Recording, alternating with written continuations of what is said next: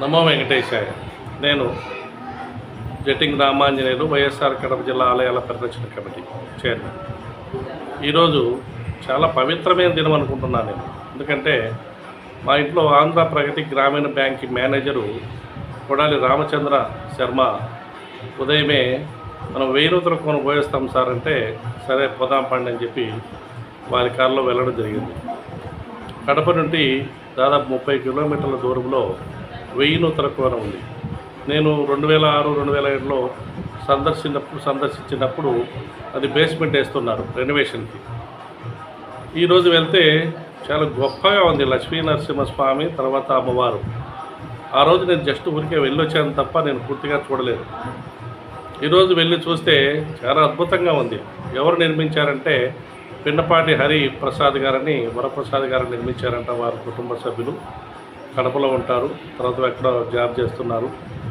అక్కడి పూజారిని వివరణ అడిగితే, ఇది జనమేజయ మహారాజు కట్టించిన గుడి అండి అని ఆ స్థల పురాణం అంతా చెప్పారు.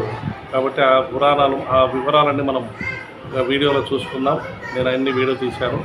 కాబట్టి ప్రతి వ్యక్తి, కడప జిల్లాని ప్రతి వ్యక్తి మనము లక్ష్మీ నరసింహస్వామి వారి దేవస్థానాన్ని 1000 నూతన కోనలో మనం అందరం సందర్శించి, అక్కడ 2 కోనేరులు కూడా ఉన్నాయి.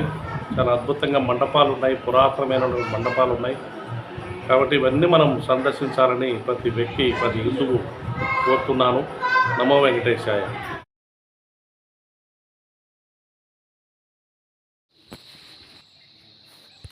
స్వామి నమస్తే. స్వామి, ఇక్కడ మన ఈ స్వామివారు ఎప్పుడు వెలిశారు? స్వామివారు మొత్తం చెప్తాను. అహోబిలంలో హిరణ్యకశిపుని వధించిన తర్వాత ఉగ్రరూపంతో ఈ క్షేత్రానికి రావడం జరిగింది. స్వామి యొక్క ఉగ్రాన్ని శాంతపరచడం కోసం దేవస్థానం చుట్టూ ఉన్నటువంటి 1000 కోనేరుల నీళ్లు తెచ్చి దేవతలంతా కలిసి అభిషేకం చేసినప్పుడు ఇక్కడ స్వయంభూగా వెలిశారు. స్వామివారు వచ్చేసి కృతయుగంలో ఉద్భవించడం జరిగింది. కృతయుగం చివరిలో వాల్మీకి మహర్షి వారి క్షేత్రానికి వచ్చి ఇక్కడే కొంతకాలం పాటు తపస్సు చేసుకుని కోనేర్ల పైన వరాహ గుహ అని ఉంది, అక్కడ కూర్చుని రామాయణంలో కొంత భాగాన్ని రచించడం జరిగింది. త్రేతాయుగంలో శ్రీరామచంద్ర వారి క్షేత్రానికి వచ్చి ఇక్కడ కాకాసుల వధ జరిపి స్వామి ఎదురుగా ఉన్నటువంటి కొండకు బాణంతో శంకుచక్రం చేశారు. ఆ ప్రదేశం దాటి ఈ లోపల కాకి, గద్ద ఇవి 2 సంచరించవు. అన్నమాచార్యుల వారు స్వామివారిని దర్శించుకొని ఈయన పైన 16 సంకీర్తనలు కూడా రచించడం జరిగింది. ఈ ఆలయాలు జనమేజయ మహారాజు కాలంలో నిర్మాణం చేసి ఉన్నారు. అవన్నీ శిథిలమై పరిస్థితికి వచ్చినందువల్ల ప్రస్తుతం భక్తుల సహకారంతో పునర్నిర్మాణం చేయడం జరిగింది. పునర్నిర్మాణం చేసిన తర్వాత విగ్రహ ప్రతిష్ఠ చేయడం జరిగింది. ఇక్కడ వైశాఖ శుద్ధ పౌర్ణమికి బ్రహ్మోత్సవాలు జరుగుతాయి. సంక్రాంతి రోజు పార్వతి చోము కళ్యాణం ఉంటుంది.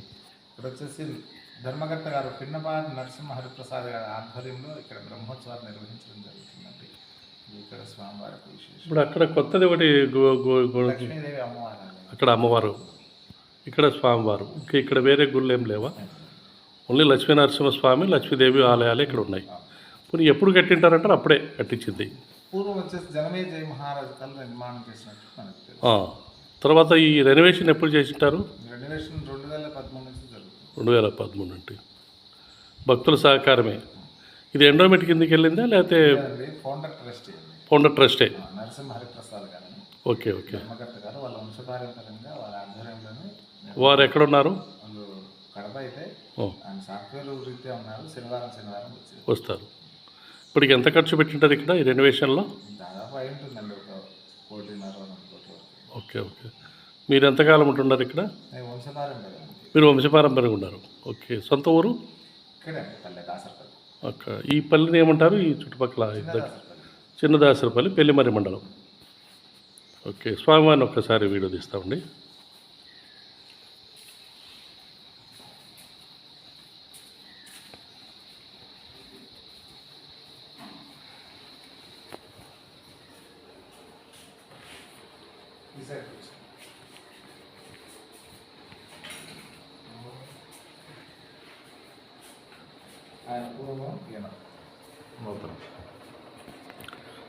స్వామివారు పూర్వం నుండి ఉన్నారు.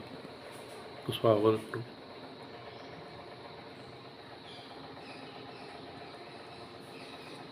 అద్భుతంగా ఎన్నో యుగాల ముందు ఉన్నటువంటి ఈ దేవాలయాన్ని ప్రతి ఒక్కరూ చూసి ఈ ఆలయాల అభివృద్ధికి మనం అంతా కృషి చేయాలని నా మనవండి. ఈ మధ్యనే రెనోవేట్ చేశారు ఈ గుడి అంతా.